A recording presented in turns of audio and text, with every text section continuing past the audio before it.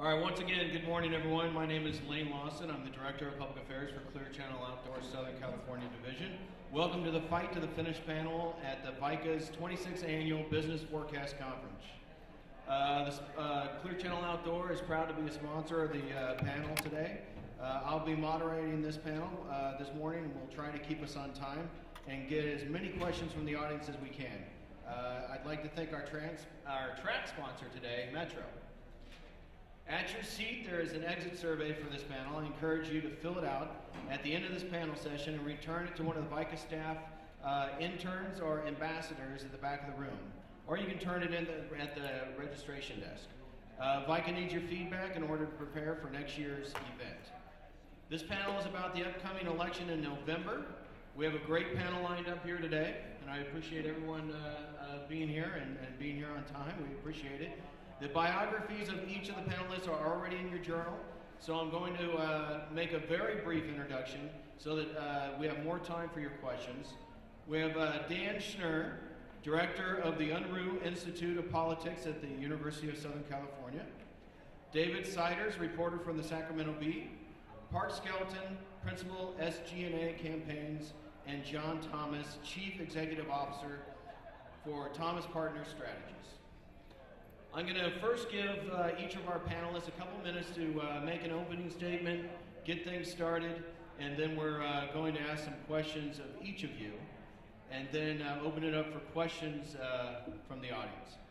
So we'll start here with Dan. Thank you, Dan. Lane, thanks very much, and thank all of you for coming today. It takes a special type of person to come to a conversation about politics at 9 o'clock on a Friday morning. And so I admire all of you for either your persistence or your optimism. But either way, I'm happy to be here, and I'm looking forward to hearing what my fellow panelists have to say. A lot to talk about in a relatively short time period. We can certainly talk local, we can talk state, we can talk national politics. I'll offer one thought going forward, and I'll start on state politics. In 2018, the next statewide election after this one, it will mark the 20-year anniversary since Republicans last nominated a candidate for governor who had held prior political office before becoming governor. And if you look back over that 20-year period, Bill Simon, Arnold Schwarzenegger, Meg Whitman, now Neel Kashkari, it's been very clear that for a variety of different reasons, such has been the scope of the Republican challenges here in California, that they've been forced to reach outside the ranks of elected officials in order to find someone to be their party standard bearer. In a conversation about state politics, it's pretty unavoidable to talk about the partisan skew in the state. And I see Park over there smiling and John over there wincing. Setting them up on this one. To me, one of the major themes in this campaign is the lack of a campaign. And while you never make predictions, even 30 days out, obviously the likelihood of Governor Brown being reelected at this point is a very, very strong one, to say the least. And so to me, the most interesting thing in the 2014 campaign is not what it means for this November, but what it means for November 4 years from now. And if Neel Kashkari, an economically conservative, socially moderate son of immigrants, can, even if not win, run a credible and competitive race and come fairly close to Brown, then I think that becomes a reason to suspect that Republicans may have begun their long walk back to political competence in the state. If he loses by a very, very large and decisive margin, then I think we're going to wait another 4 years at least before we see that walk back start. Thank you, Dan. David? Hi, thanks. It's nice to be here. I'm somewhat intimidated by the choices on the form, rating panel discussions and favorite and least favorite speakers.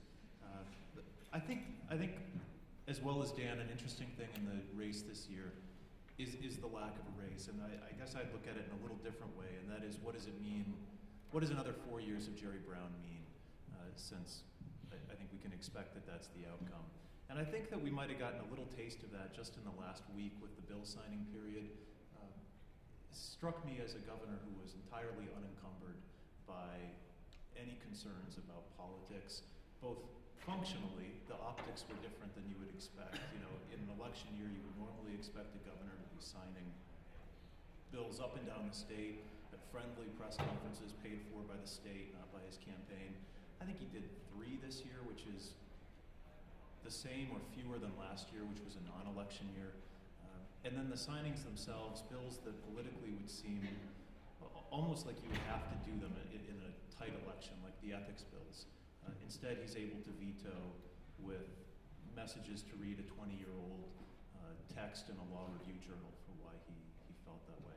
So I'm curious to see what it means for Brown going forward in the next 2 years when a Prop 30 extension is likely going to be talked about, and then even 2 years after that.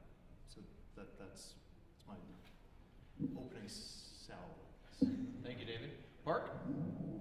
Hello, my name is Park Skelton. I'm a Democratic political consultant based in Pasadena. I agree that this is a status quo election. There's not a lot of seats. We could talk about them that are really up for grabs this cycle. There are basically 3 in the Assembly. There's 1 in the State Senate. There are 2, maybe 3 congressional seats that are being contested at the partisan level. But that doesn't mean there isn't politics going on in California. People say this is a one-party state. Is it a one-party state or is it a two-party state? It's neither. It's a 3-party state. There are a group of Democrats who I'd consider to be traditional Democrats. Let's look at the Assembly. There are let's say 54 Democrats in the Assembly. Maybe around 30, 32 of them are what I'd consider to be traditional progressive Democrats. Then there's a amorphous group of like 15 to 20, what they call the moderate Democrats, but I call them the corporate Democrats because they don't have some kind of well-defined moderate political belief. They basically do what they are asked to do by the corporate funders of their elections. And then you have a group of 24, 25, 26 Republicans. And the moderate Democrats and Republicans hold a majority of the Assembly. That's why of the 27 bills that were regarded as job killer bills by the Chamber of Commerce last year, only 2 of them passed. And the bemoaning of the fact that the Democrats control the legislature and they're imposing all these radical ideas upon people is just not supported by what is actually happening in fact. And so when we look at politics in California, we have to stop looking at these partisan splits, which I gotta admit, it looks pretty bad for the Republicans. But that's not really what's going on in the state. We have to look at Democratic primaries and the effect of the top 2 primary, which is facilitating this process of creating intra-party feuds between what is in essence 2 separate political parties within the Democrats. That's my opening talk. Thanks, Bart. John? My name is John Thomas. I'm a Republican political strategist based out of LA here. I think we all can agree there's not a lot that's exciting going on at the top of the ticket, although the audience, when we get to Q&A, if we want to talk about the controller's race or the Secretary of State's race, I think we'd all be happy to opine on that subject. But I think there are some exciting partisan contests on a federal level. You look down at Scott Peters and Carl DeMaio down in San Diego. You look at Gary Miller's seat in the 31st in San Bernardino. You look up at Gorell and Brownlee in Santa Barbara area. Republicans actually are excited at the possibility of a few pickups, and then you have a few, Dem on Dem and Reap on Reap fights. So we can talk about federal, and then of course the national side outside of California. If you want to look towards that at some point in the panel, I'd be happy to do that. I wrote a couple things that I wanted to bring up in my opening remarks. We may not have a chance to get back to it. There are a couple big issue trends that we're seeing. I do work primarily in California, but I also do it in Texas and Florida. And we're seeing some trends. The border is big as we go into the home stretch, particularly in border states like California and Texas. That seems to be about the #1 concern. And sometimes I see in races that it gets lumped into public safety, but the border is a big deal. Terrorism concerns are back, and voters care about that. They care about ISA, Israel, and what's interesting is we're starting to see consultants in Texas, for instance, start to link their opponents to the president's weaknesses or failures on terrorism. That seems to be pretty effective. Believe it or not, Ebola, where we saw even before the incident in Dallas, Texas, that a third of Americans rank themselves as very concerned about Ebola virus, and a third were somewhat concerned, and that was before Dallas. So I wouldn't be surprised if we start to see Ebola begin in our political conversation as we go forward. So thanks again for having me, and let's have a good panel. Thank you, John. So I'm going to ask a question to the entire panel here, and whoever would like to jump in, you can, or if multiple panelists like to jump in. What, in your opinion, is the most important race or ballot measure before us in 2014? I would offer this, and I'm going to pick up on a point that Park made because it's an important one. He talked about the three parties in California, including the two Democratic parties. I think nowhere is that division between the two Democratic parties more apparent than on the issue of K-12 public education. And in the campaign for superintendent of public instruction this year, ironically in office without a lot of officially vested authority, you have almost a classic contrast between a Democrat who's very much a traditionalist when it comes to education and what it takes to make our schools better, the current superintendent, Tom Torlakson, and another Democrat who's very much a reformist, Marshall Tuck, the former head of the Green Dot Charter Schools, and advisor to Mayor Vita Ragosa. And I would say that not only for 2014, but for the next several years going forward, watching this fight take place almost entirely within the confines of the Democratic Party. To me, it's absolutely mystifying that Republicans have not decided to engage in this discussion. And I think the Republican Party ought to be embarrassed that the most articulate spokesman for education and reform in the country is probably Arne Duncan, Barack Obama's Democratic Secretary of Education. But if you look at the race between Tuck and Torlakson and their divisions on issues like teacher tenure, student testing, charter schools, and school choice, this has tremendous ramifications. Again, not simply because of what it means in terms of which individual holds this office, but the broader signal it sends about where Californians want to go on an issue. That's number one, critically important. Number two, really does divide the majority party so profoundly. I might cheat and say, rather than one race, I'd be watching the legislative races, the handful of races that are competitive mostly in Southern California and in the Central Valley, to see if the Democrats can maintain the two-thirds majority they have in the Assembly and then regain. They had some difficulties in the Senate, which means they're below the two-thirds threshold at the moment. But if they can regain that, and then conversely, if the Republicans can pick up enough to come back beyond that superminority status. You talk to Republicans about that, and while I think there's enough moderation in the legislature, I think Park's right that we're not, they haven't gone crazy with tax increases since having the two-thirds. Simply as a tool for fundraising and for energizing Republicans, I think having a win legislatively would be significant to the party. So that's the races I'd be watching. Well, I think if the Republicans have a legislative win, it's going to be in one of the two seats that they shouldn't have lost 2 years ago. It's very likely they pick up either Silva Quirk or Fox, but they're going to lose the Gorell seat to Irwin because they nominated a moron. Let's face it. No one from the McCoy campaign in the room? I mean, it's a worst possible candidate they could have found. I didn't know that moron was a disqualifying feature to serve in the state legislature.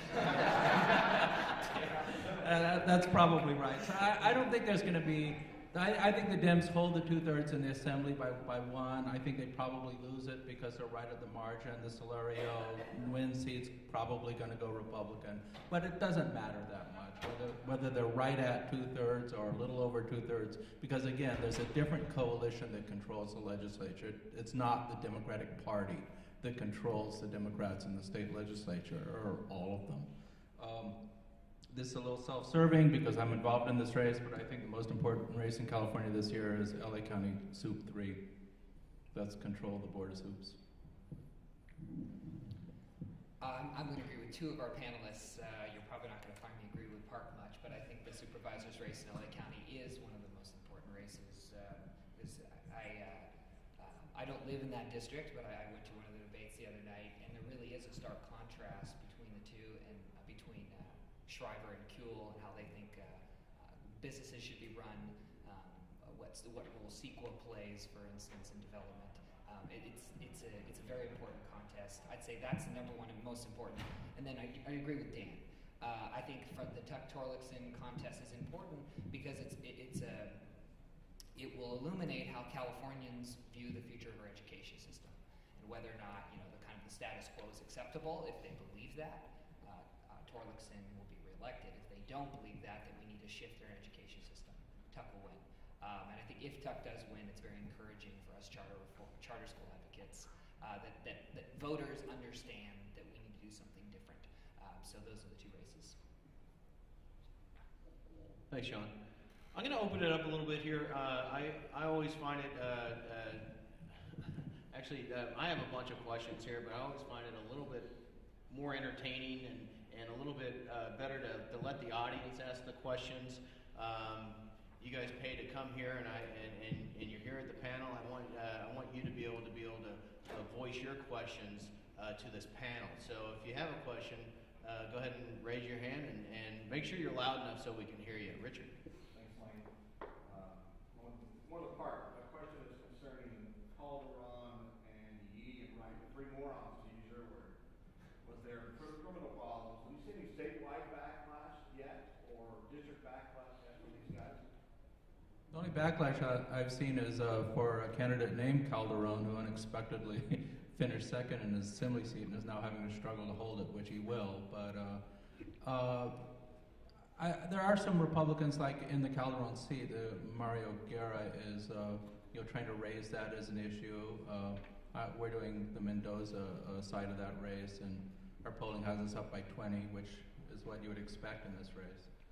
So I haven't seen it really played out. It's interesting.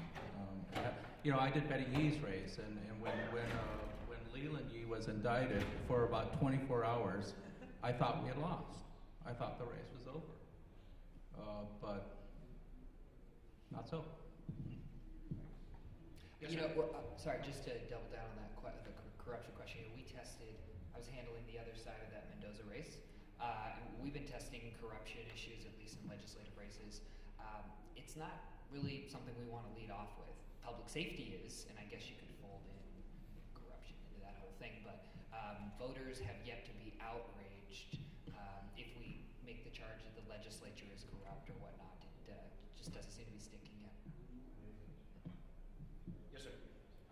Defend Jackie just a second. I endorsed her and Jeff, and she's a very strong candidate, and she got my Raspberry's endorsement. Mhm. The Republican victor. I don't think there's anybody in the county that could beat her. I think the right Republican could give her a battle because the seat's so marginal. I mean, this is I have the numbers right here. I mean, this I is. thought she was a Republican before she ran. Yeah, I mean, Brown only got 44% of the vote in that district in 2010. It's definitely a winnable seat by Republicans, but not by McCoy, which is why you saw, Charlie Munger. If there's a fourth political party in California, it's Charlie Munger. And it's a small rump party that's trying to save the Republican Party from itself without much luck. But he spent $700,000 trying to keep McCoy from being the nominee. Yes, ma'am. The seat to take over for the Waxman, how much is Israel going to be part of that discussion? I'll take that one. I represent Alon Carr in that race. It's not what we're leading off with, but it certainly is top of mind of certain voters in the district. So we'll probably nuance that mostly with mail, but it will be part of that dialogue. I mean, it's especially with Jewish households, it seems to be the top concern. So we're going to be peppering that into our dialogue. But both candidates in that race have done a good job being pro-Israel. I think the question becomes, at least from self-servingly from our side, is do you want just a vote, or do you want a leader in that space? My guy led counterterrorism teams in Iraq. He just is a demonstrated leader. He is Jewish. He is a leader in that space. And Ted Lieu, he's good, but he's a vote, right? He's not a leader. So I think that will be the discussion on the Israel front. Monica, I think it's a great question. And I will offer you this, not in terms of advice to John Thomas, because he certainly doesn't need it from me. And I think both campaigns are run by people who are smart enough to know this without me saying it. But I edited a book last year over at USC for our Kasdan Institute on the very specific question of Jewish American presence in American politics. And what each of our authors found, addressing the issue from 4, 5, 6 different perspectives, is one of the biggest difficulties that Republicans have had with Jewish voters in recent years is presuming that a stronger stance, a stronger alliance with Israel is vote determinative for American Jewish voters. And while that was the case in the 1960s and 70s at the time of the Six-Day War and the Yom Kippur War and so on, over the decades, while most American Jews still claim very close allegiances to Israel, it's simply not a voting issue on the scale that domestic issues are, and more specifically social and cultural issues rather than economic are. So you present to I'm hopelessly generalizing here, and the reason I can stereotype is because I'm Jewish and I'm allowed to, is you present a choice to a typical quote-unquote Jewish voter group, and if the choice is between a candidate who's pro-Israel and one who's pro-choice, that's not a difficult decision for them. And I think one of the reasons that Lou and Carr's race has gotten so much attention is that Carr is running as a much more socially moderate Republican than many Republican congressional candidates do. But it's not a vote determinative issue for the large majority of the community. Yeah, it's actually, it's most useful, just crassly speaking, for fundraising nationally. People who are passionate about Israel issue, I mean, that's all they can think is certainly on the right. With Eric Cantor's loss, there are no Jewish Republicans in the House. So they care deeply about making sure that there is a Jewish Republican representative in 2014. So it's been useful for that. Yes, sir. Just going back to Charlie Munger Jr., Charlie wrote a check for $12 to $13 million to fund the Voters' Rights Act, which changed elections in California. So the top two, regardless of party affiliation, go on to the general election.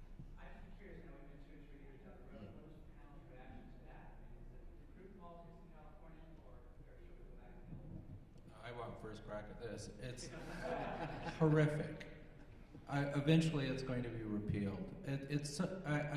For any number of reasons. One, it's made campaigns much more expensive. You have to campaign to everyone. You have to campaign twice often. I did Brad Sherman. The amount of money that was spent in that race that could have been spent on something useful was obscene. I think the biggest problem with it is, though, that it's open to gaming. In most races, and someone's going to figure this out, and I'll tell you right now, both the Republicans and Democrats should have a team of 100 people registered in the other party that they can get to run wherever they want them to. Because, like in the controller's race, we were doing Betty Yee, we almost wound up with 2 Republicans in the runoff for controller in California. Is this what, given the partisanship of California, do we think, really, is this what the electorate wanted? A choice between a right-wing Republican and a very right-wing Republican? Is really that the choice they wanted? No, of course not. But because there were basically 4 candidates on the left and 2 on the right, that's what we kind of wound up with, and it's an accidental byproduct of this reform. But the statistical analysis of the people who are much smarter than I have done have shown that it hasn't had an impact upon making the legislature more moderate or more bipartisan. Because people will campaign for Democratic votes or Republican votes if they're in a seat where they're in a single party runoff. But that doesn't mean they don't flop right back to their partisan affiliations after the runoff. Of course they do, because they're in like Strickland Knight, right? That doesn't matter whether Strickland or Knight wins. Neither of them are going to be some kind of bipartisan moderate. Following up on that, Thad Kauser did I think the first real good look at how it had affected candidate positions in the first cycle after top 2. He's a professor down at, I don't know if it's UC San Diego or somewhere in San Diego. He's a professor. And he has this great chart that he shows at things like this. And it plots candidate positions on a range of issues before top two, and also plots voter issues on voter sentiment on a range of issues, which they get through polling, and they get the candidate positions through answers to questionnaires. And after top two, a little bit even further apart. So the candidates not only are playing to the extremes, maybe even a little bit more. And it's unclear why, and maybe that's just a one-year anomaly and that changes the next time they look at it. But definitely, as Park says, it's not bringing the candidates closer to the middle, which was one of the stated goals of top two.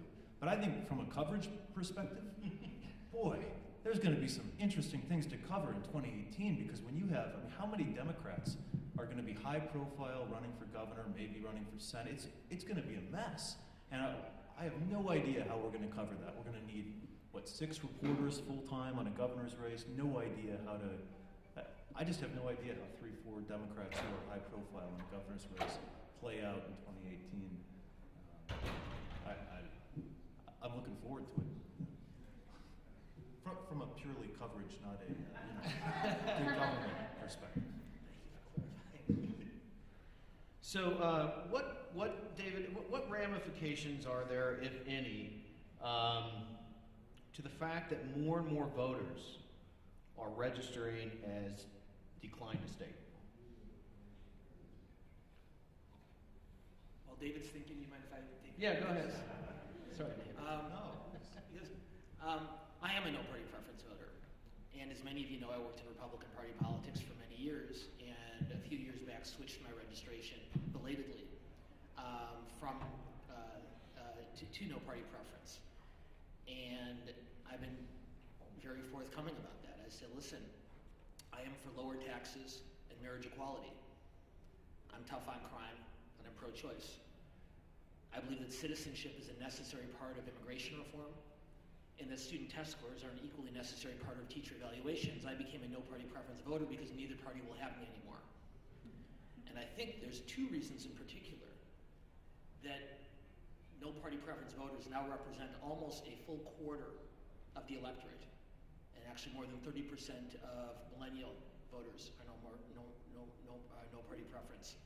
I think as the 2 parties retreat further and further into their respective ideological end zones, there are a growing number of Californians who really do like the idea that work can get done in between the 40-yard lines.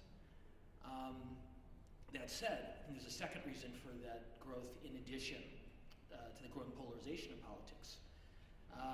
There's been studies done on this which show that most independent voters, and I'm somewhat of an anomaly in this regard, did not choose their independent status solely because they considered themselves more centrist. In fact, the majority of independent no-party preference voters ideologically reflect the tendencies of the respective parties, just as conservative as most Republicans, just as liberal as most Democrats. What sets them apart, what sets independents apart from traditional partisan voters, is a distrust and a disdain for politics and politicians. And I think as our political leaders fall in lower and lower regard, voters look for refuge and not even to identify with either party is the most likely of those refuges. David, I'm sorry. Don't be. I've given it a lot of thought, and I have very little to say. But the one thing I would say is I think maybe the significance of the growth in NPPs is a little bit overplayed, because in California, at least, you can market to a no-party preference almost as if you were marketing to a Democrat. It's beneath the skin. Their ideological views and candidate support are very, very similar, at least from what I've seen. So that took me a long time to come up with that. I think both Dan and David are right. I mean, I'd say the one thing that sets NPP voters apart is their lack of engagement and lack of information. They're low information voters. So this is a question that would ask the election, which is, this morning we talked about a state having a surplus, projected surplus moving forward. And you have a governor who kind of is fiscally conservative. So with how you characterize these 2 Democratic parties,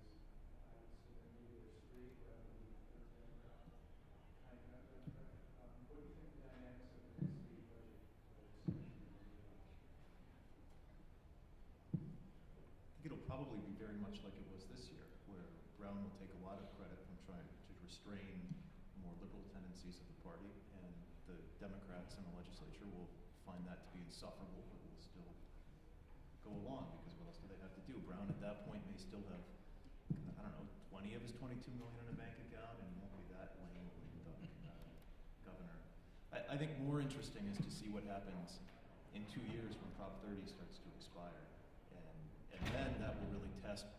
Brown has said as recently as May, he was telling reporters, extensions are off the table, I'm not interested in extensions. But there's all sorts of talk at the Capitol among Democrats about what they do in 2016. In fact, Buchanan, I think, was testifying at a hearing late in the session about the school bond she wanted to put on. And she says, well, we can't, this is a great option, we have to get it on this ballot. And somebody, I forget what senator it is, I think it might have been De Leon, asks her, well, why? She says, well, we're going to do that other thing in 2016. I think it's coming. I think it's unfortunate that there's no real effort underway to reform the state tax system so that we can get out of this boom and bust cycle. Unfortunately, we're not. We're headed back into the same kind of over-reliance upon capital gains tax that has, and lack of a broad-based sales tax that has put us into this problem in the past, and it'd be papered over for a while. It's not like the legislature, by the way, isn't spending money. They're just spending it on massive corporate tax giveaways. Park is right about the need for tax reform.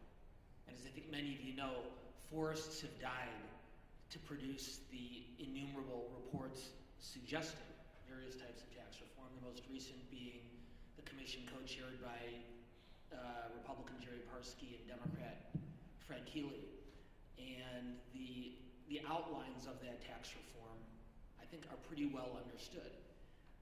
It means broadening the sales tax to increase services. It means lowering the overall rate to close loopholes that have developed over the years, and a few other things. But both in Sacramento and in Washington, going back to the point I made earlier, is both parties find the sacrifice on their ends to be absolutely untenable. So it doesn't happen. The Keeley and Parsky report met the same fate as its predecessors have in both the state and national politics for many, many years. It went up on a shelf, completely radioactive, because nobody wanted to touch it. It needs to be done, but probably won't be. So let's switch gears here just a little bit. I know we've been focusing a lot on candidates and some other issues, but let's focus on ballot measures a little bit here. What are the big ballot measures coming up? Any predictions? What are the important ballot measures in your eyes? And whoever would like to take it, you can jump in first. I think last survey I saw from the water bond, Californians look like they're going to approve that. So far, there haven't been too many TV ads for ballot props, but I would recommend you turn off your television for the next few weeks. It's going to get slammed with fake doctors telling you what you should do for your health care. Some of the, I'm trying to think, is it Prop 45? Have you guys seen polling on that? I believe that was fairly close last time I saw it. It's in the mid to high 40s. It is. It's mid to high 40s. Okay. But there's still a large portion of the electorate that has yet to decide. So I imagine those things will tighten up. What's amazing to me always about ballot props is how much money is poured into these things on the campaign side. It's just massive amounts of money, and it's necessary. It's important. But it shows you how expensive it is to run a good statewide campaign in California on television, and then you kind of drill back, just to shift back to candidates. You look at, ballot props, 30, 40, 50, 100 million, and then you look at candidates with $1 million, 650,000. It's like, how can you possibly get your message out to the electorate with $1 million? Statewide California can't. So that's why oftentimes the electorate has to rely on party affiliation to make their decisions. But ballot props, it's a windfall for consultants. I'll tell you that. There's a lot of money to be made out there. Sorry to be so governor-centric, but I'm curious to see. He did the round of. He's moved his Prop 30 campaign to be the one advocating now for 1 and 2. So he moved that money into that account. And there will be, I imagine, TV. He's been making the calls to editorial boards, interestingly, with Alan Zarenberg by his side, which is if you step back and think about how far that's come from 2010 and the Whitman race. I'm curious to see how much he thinks or the campaign thinks his brand of fiscal stewardship works, especially for that reserve measure. In 30, there was a question about would Brown's face appear in TV ads? Had he cemented that image as a moderate, conservative, fiscal conservative governor? And it turns out the campaign thought he had, and they put him on TV, and it was successful. I guess I'm interested to see in 2 years if the guy who 4 years ago, Meg Whitman, is running a record player around about how he's going to be a tax and spend, look at the beautiful ad, right? He's going to tax and spend California into oblivion. If 4 years later the effective ad is a Democrat who's positioned himself so moderately that he can be the champion for a reserve measure, I think that's interesting. I agree with David. I think Proposition 2, the Rainy Day Fund, may or may not be the most interesting initiative in the world. I will say this as a college professor. Try get a bunch of 19 and 20-year-olds excited about a conversation about a rainy day fund. So it's not particularly interesting, but it's critically important. And I think it represents the schism in the Democratic Party that Park was talking about at the beginning of the panel discussion. And the question for me is the reason Jerry Brown and Alan Zarenberg are campaigning together is that they're trying to raise enough money to have a prohibitive spending advantage. I want to talk in just a moment about spending on initiatives. But selling a rainy day fund isn't easy. I mean, I would ask John and Park because they're both excellent consultants. But selling fiscal responsibility on a bumper sticker is a tough sell. If one person is saying, we got this money, let's spend it on our schools. And someone else is saying, we got this money, let's spend it on police. And someone else is saying, we got this money, let's be fiscally responsible with it. That is not an impossible sell, but it is a more... No, it's actually a very easy sell because voters want to do everything, right? They want to cut taxes and raise expenditures. It's not at all incoherent to think that voters wouldn't support something that they find mutually contradictory with other values they hold. They do it all the time. Well, they would. I think they will support it in all likelihood because the yes side has such a significant financial advantage. I think a no campaign run against it, saying Governor Skelton is starving our schools, he's taking police off the streets, vote no on Prop 2, is a pretty compelling message. But the broader point I want to make about initiatives, and I think it's one that we tend to forget, is ballot initiatives don't pass in California. As John pointed out earlier, they are very, very good for consultants. And some do, but big money initiatives almost never pass. Proposition 47 and Prop 2, the change in criminal justice and the rainy day fund, probably start with the best advantages this year just because they will have prohibitive funding advantages. The water bond, Prop 1, probably passes because there's a drought and droughts pass water bonds. But if you look back over modern California political history, and I'm saying go back 25, 30 years, an initiative in which large amounts of money are spent on both sides almost never passes. Before Proposition 8, you got to go all the way back to Prop 103 in 1988 to find an initiative that passed in the face of significant opposition. And what less principled, less scrupulous consultants that John and Park do every 2 years is they go find a really rich, really angry person. Says, give me a lot of your money and I will pass your ballot initiative. And almost inevitably they don't. Not because they're bad consultants, not because the cause is a bad one, but because when voters have heard a lot of information on both sides, yes and no, they tend to vote no. And so it's, for those of you with several $1 million in your pocket, I'm less scrupulous than John and Park. Come to me and I will run a ballot initiative campaign for you. But if somebody else comes to you saying that they can magically solve your policy problems that you can't get through the legislature, all they need is $10 million, know that the other side will spend $20 million and you're going to go home poorer. I want to say something about Prop 46 because I think that's the most emblematic measure on the ballot. It's going to lose. But that's the micro one, the reform micro. And it's just so emblematic of the fact that this corporate micro coalition has had a stranglehold on the state legislature for 30-some years now. We may talk all we want about what's going on in California politics, but the subtext of California politics for the last 30 years has really been microreform. That's the single most important issue. I spend more time dealing with my candidates and how to manage the micro issue than anything else. It's the most, you would think it's the only important thing in California if you look at what's going on in campaigns. And the fact that the legislature, because of the stranglehold of the micro coalition, hasn't been able to come up with some kind of reasonable compromise on the issue. You know, the people who are pushing for reform have felt that they need to wade into, you know, a battle again led by political consultants who tell them that they can, you know, they just spend enough money or they write it just right or put just enough tricks in the measure, you know, drug testing for doctors, whatever, they're going to be able to pass it. They're not. They're not. But the fact that we have this at all is because what should be a really resolvable issue. This isn't Palestine, guys.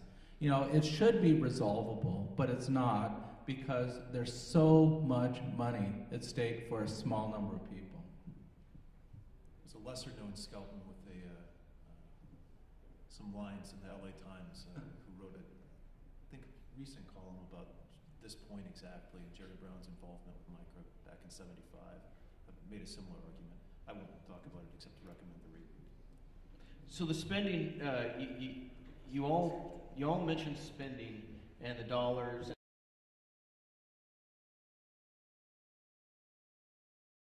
Spent with social media being such a prevalent thing in society today, more so than 4 years ago.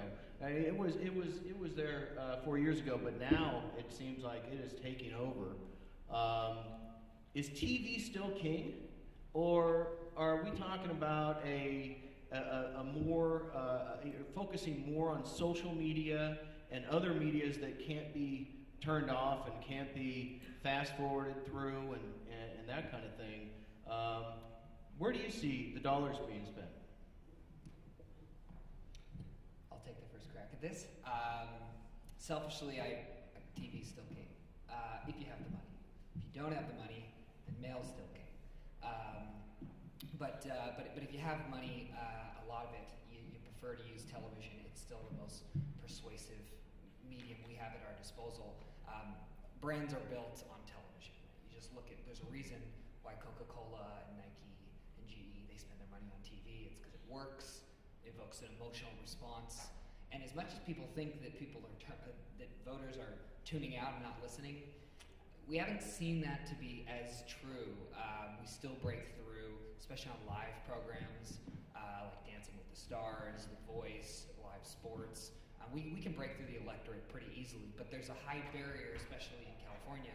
Our media markets are so expensive, and that's the problem. So we have to find other tools at our disposal. Mail, I'm sure Park can speak to this, is still incredibly effective, especially in legislative races with smaller budgets. One thing I will say about TV is there's some really neat tools. People always tell us television is just kind of spray and pray, right? You just buy everything and you hope to. It's very inefficient because you're just advertising to everybody. Well, it used to be that way, and certainly when you go on broadcast television and prime time, it is fairly inefficient in that sense. But sometimes you have to leave no eyeball left behind, and you've got to go on prime time to do that. But without getting off on too much of a tangent, we have some really sophisticated tools these days to target using television, both on cable and on broadcast. For instance, everybody has a set-top box.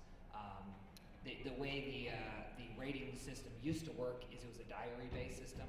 At the end of the month, people who did the ratings would fill out, oh yeah, I watched this show on this date, this show on this date. They don't do it that way anymore.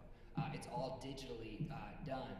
And for instance, I pay money to buy this system called RentTrack. And RentTrack allows me to see live, like as of what happened last night, which eyeballs were watching which stations, what your income makeup is, what your party affiliation is, what your household size is. So I can find eyeballs and follow them around, shifting my buy. So I can chase you around the television set. So it's actually efficient. And finally, I would say on social media, it's important. And certainly we allocate, it seems like every cycle, a little bit more of our budget towards online advertising. But we're still just, and there's some really sophisticated tools with pre-roll advertising, matching it to the voter file. You know those ads on YouTube that get crammed down your throat? You can sometimes click skip, but sometimes you can't. Those are pre-rolls. We can use those pretty effectively, but it still doesn't work. You need the traditional voter contact mechanisms because you just can't reach enough of the electorate with social media. I've been doing this for 30-some years, and I understand that I'm rapidly becoming a dinosaur because everything that I do and have done is becoming obsolete. TV is still king, if you want to call it that, but the fact of the matter is we're constantly paying more and more and more per point for fewer and fewer and fewer eyeballs. The technologies allow the people to split all over the spectrum. It's extraordinarily difficult to reach them, even with the analytic tools that John's talking about, which are great, but they're still rough approximations. This is where TV is going. And it's starting to happen this year, and it's something I've been deeply interested in. The capacity to implant a cookie on the set-top box so you can target a specific household. That's where TV advertising is going. You aren't following a demographic, you're following a specific household. And that allows us to do things in like statewide races where you have a limited budget, but there are very few undecideds. Your undecideds are, you know who they are. It's 37% of the DTS vote is really the only people up for grabs in a down ticket statewide race, and you have $1.5 million to spend on that universe. How do you do it?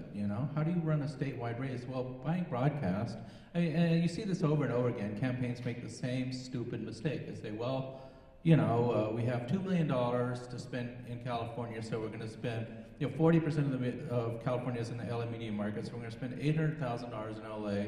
We're going to spend, $400,000 in the Bay Area, whatever. They just allocate it based upon the percentage of the electorate represented by the media markets. But they wind up spending so little money in each market that they could effectively just shred the money and throw it out of a window and have the same impact on the electorate. You see that over and over and over again.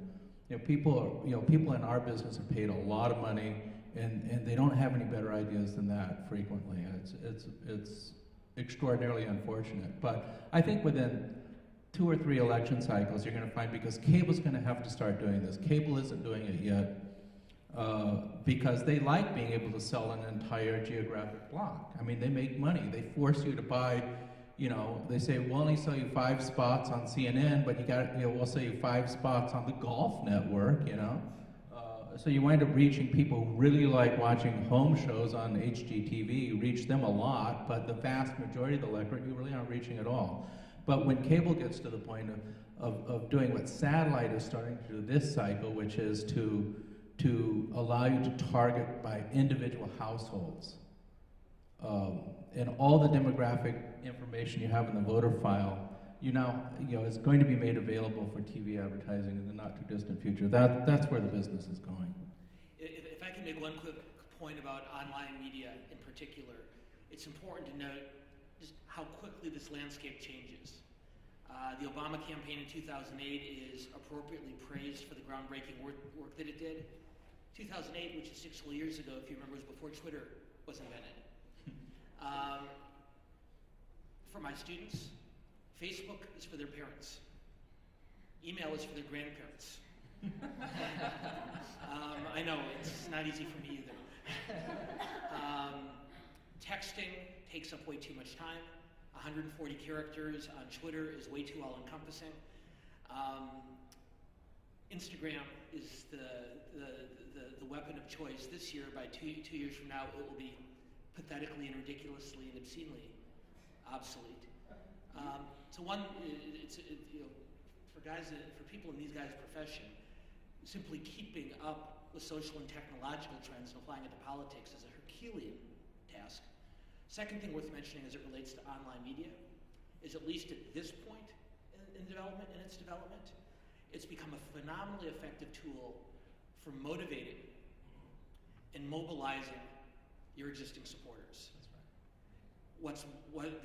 The so-called political killer app, which has yet to be invented, at least to my knowledge, is one that not only motivates your existing supporters, but that can persuade undecideds.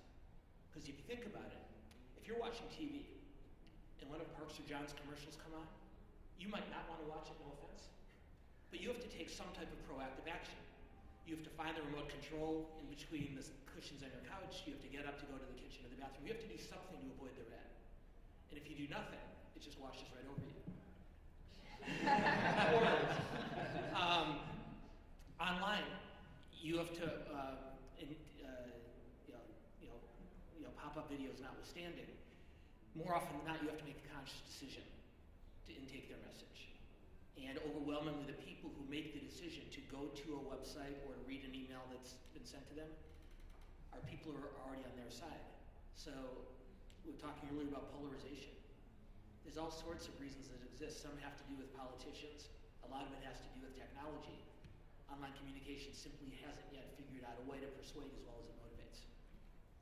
I'll just throw in from a media perspective. I was reading this Peter Hamby piece about going out to Clinton's steak fry, right? He was wondering whether this was a worthwhile endeavor, but pointed out the iPhone wasn't around at that time. That campaigns have entirely changed. I will say, if social media is not replacing TV as the output mechanism, right, for these candidates, it's changing the way they're covered from our end. I've never been, I think in the last year is the first time I started getting pitches from credible people I work with in politics saying, hey, don't you think this is worth a tweet? And I respected the pitch because it was a consultant who knew that this was not only not worth a story, not worth a blog post. This was such a small thing, right? But thought it might be funny enough or interesting enough that I could call it my own and make it a tweet it, right? They care about this. I can't believe it. They're getting paid good money to care about what I tweet. And the reason is because they can then retweet it. It's the same reason you would pitch somebody a story. You have an authoritative source, not me, the brand I work for, and you're able to retweet that and help you generate some social media. That's amazing to me. And it worries me to some degree because every time we're at a debate or we're at a campaign event, you see, the debate is going on, but where reporters are, where our heads are, is we're all watching Twitter and we're all tweeting ourselves and watching what other people are doing. And I think I worry that it's an easy way for reporters to sink into groupthink, to all have seen the exact same thing because we all form the opinion together. We all follow each other. I mean, how many people really follow a popular reporter on Twitter? Much more than me, but maybe a very good reporter in California has 10,000 followers. Probably half of those are outside of the state, and maybe another quarter of those are media types. So really, it's this very small room of people who care about a congressional race or watching a debate in a gubernatorial race, who are all talking to each other. And I do worry that social media just further insulates us from the rest of the world. Maybe that was a little off topic. TV gets you right to the world, though. And I do this. In a presidential race, you need to go to Nevada or Colorado. I mean, and just turn on the TV. I love going to Reno and sitting in a terrible hotel and just turning on the TV and watching ad after ad after ad. But this reminds you of the power of TV, I think, that at least in the Sacramento media market, I can forget about. Well, we have time for a few more questions. Are there any more from the audience? Yes, sir. I wanted to ask if Mark is correct that there are really three parties. The majority is corporate Democrats and Republicans. Then why hasn't the business community been more successful in achieving CEQA and other types of regulatory reforms to make this state at least not the unfriendliest business state, but at least a little friendlier business? Because there are important powers on the other side, and their success has mostly been at killing stuff. It's a lot harder to pass something with a narrow majority than it is to kill, and they can kill everything. There was a bill by one of my clients last year, Tony Atkins, to increase fines for people who flagrantly violate Coastal Commission laws. Rich people who block access to the coast. I mean, you know the stories, right?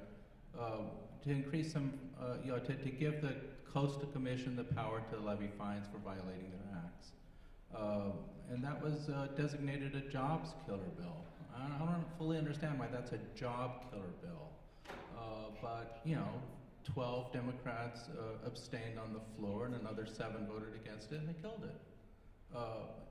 So that's really the power of this alliance between the corporate Democrats and the Republicans. It's the power to block anything that damages them or perceived to damage them, for whatever reason. It's interesting because Governor Brown has talked about the urgent need for CEQA reform. And Park is right. Between the governor and a working majority on some pro-business issues in the legislature, most of the Chamber of Commerce's job killer bills died this year and last year and the year before.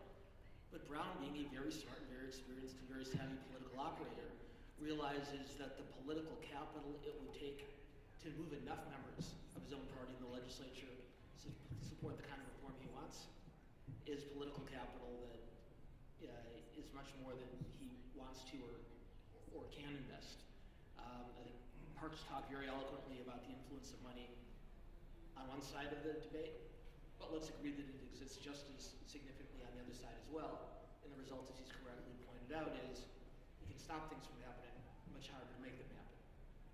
The governor's been talking a lot lately about incremental changes, which is interesting in a re-election year for a guy to be saying that he wants to do incremental things and sees the value in incrementalism.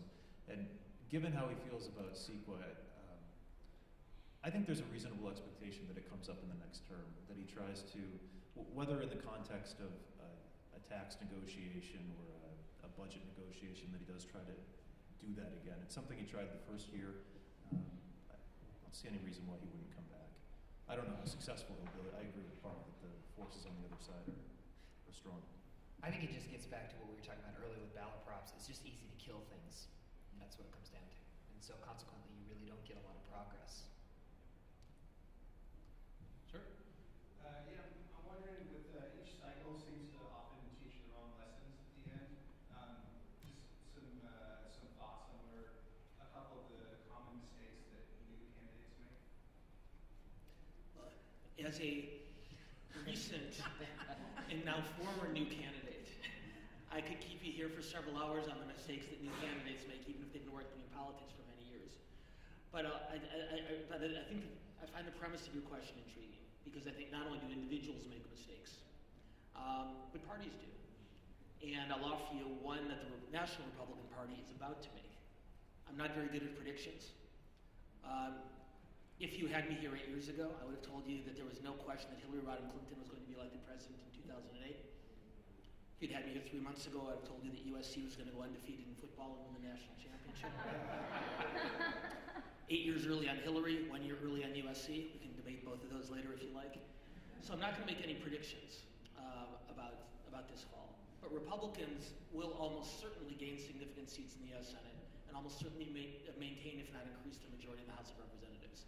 And this is a prediction I will make to you, that whether Republicans get the majority in the Senate or not, more so if they do, almost as much if they don't, Republicans will decide, at least the overwhelming majority of Republicans will decide, that one of the keys to their victory was their steadfast opposition to immigration reform.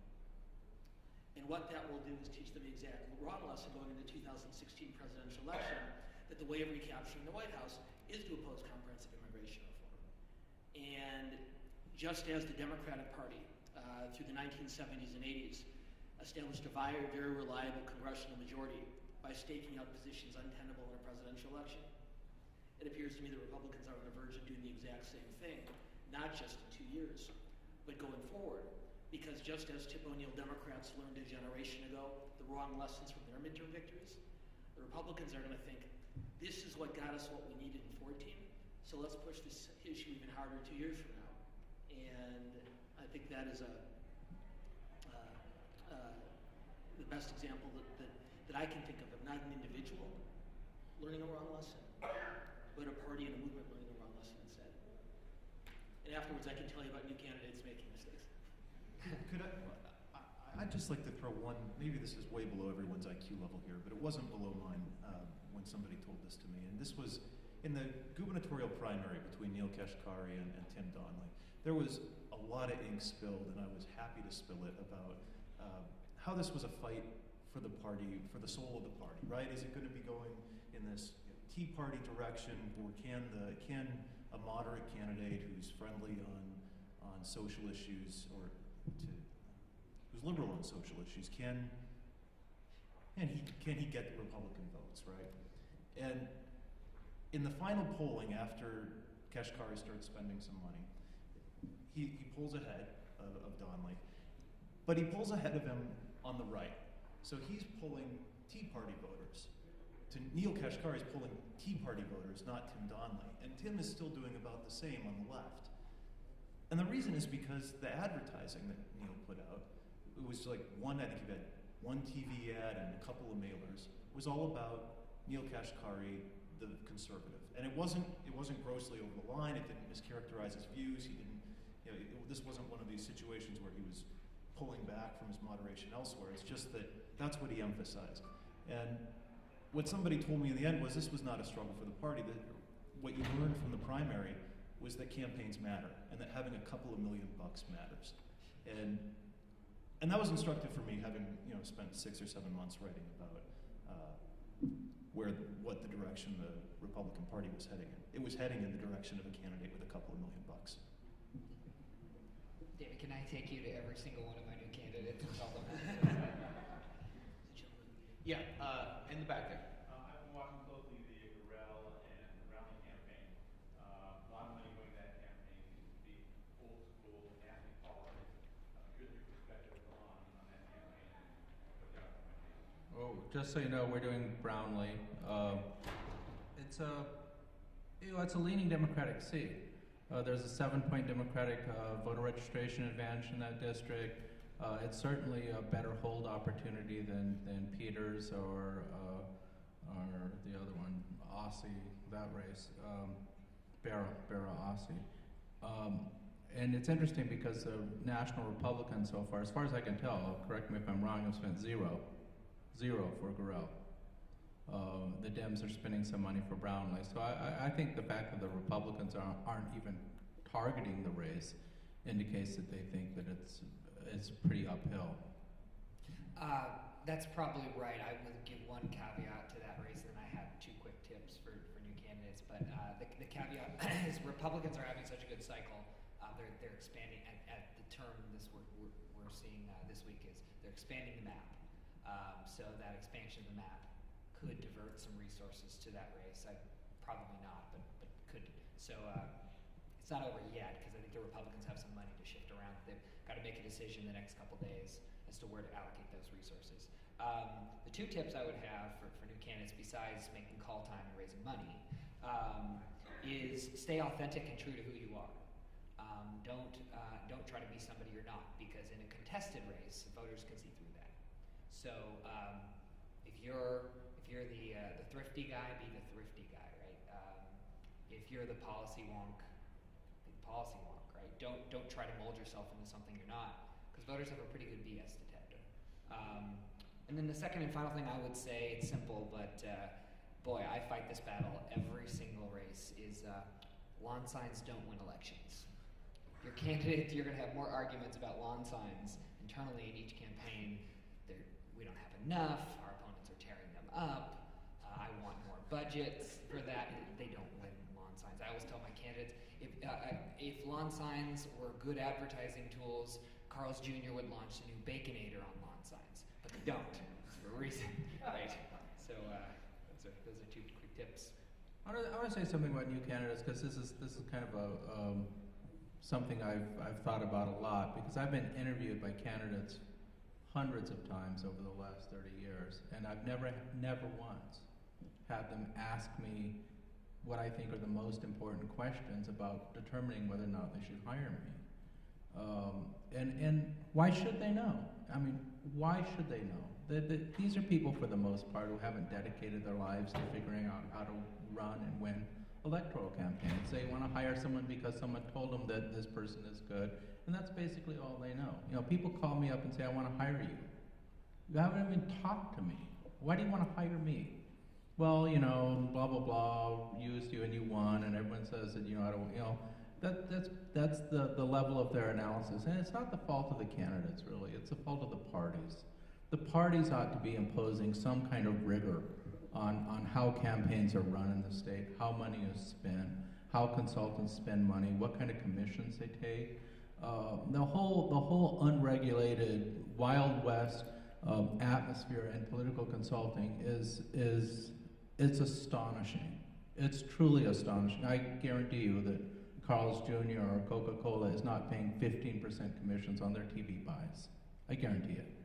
And the fact that candidates can't figure that out isn't really their fault. It's a fault of the two or three parties in the state for not really stepping in and regulating that relationship between candidates and their consultants.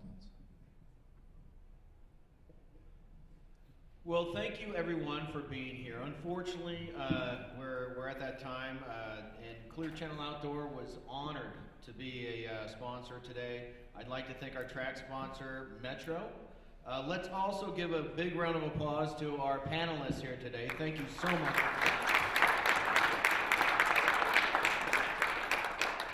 If I could remind you, please fill out our exit survey and hand it to the VICA staff.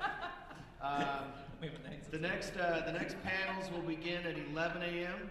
So in the meantime, I encourage you all to visit our exhibit booths and make sure to return your bingo card to the VICA registration table for a chance to win your prizes, including a Southwest and Seaport Airlines ticket. Thank you and enjoy the rest of your day.